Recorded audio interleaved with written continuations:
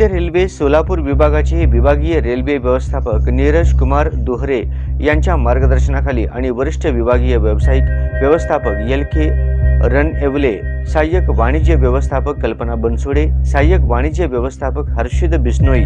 आणि सहाय्यक वाणिज्य व्यवस्थापक सुदर्शन देशपांडे यांच्या देखरेखीखाली खऱ्या अर्थाने आरामदायी आणि सुरक्षित प्रवास उपलब्ध करून देण्याच्या उद्देशाने सोलापूर विभागातील रेल्वे गाड्यांमध्ये तिकीट तपासणी मोहीम राबविण्यात आली। विशेष तिकीट तपासणी अभियानांतर्गत स्पॉट चेकिंगच्या माध्यमातून एकूण 29 मेल एक्सप्रेस व पॅसेंजर गाड्यांची तपासणी करण्यात आली।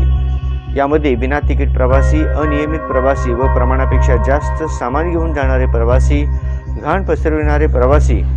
व धूम्रपान करणारे प्रवासी इत्यादी एकूण 1227 प्रवाशांना पकडून दंडात्मक स्वरूपात ₹7,52,915 तथा नियमित तिकीट तपासणी मिळून एकूण 2375 प्रवाशांना पकडून दंडात्मक स्वरूपात ₹15,70,035 आणि कलबुर्गी रेल्वे स्थानकावर 4 केटरिंग स्टॉलवर कारवाई करून ₹5,000 व 19 अनाधिकृत विक्रेत्यांकडून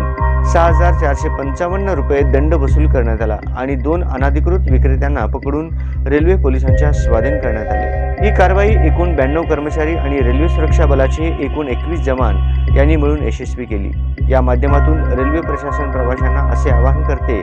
की अनाधिकृत विक्रेत्यांकडून कुठल्याही प्रकारचे अन्न, फास्ट फूड, पिण्याच्या पाण्याची बाटली खरेदी करू नये, कारण त्यांचा दर्जा निकृष्ट असू शकतो। अशा विक्रेत्यांवर रेल्वे प्रशासन कारवाई करत आहे, त्याकरिता प्रवाशांनी रेल्वे प्रशासनाला सहकार्य करावे असे आवाहन करण्यात आले आहे।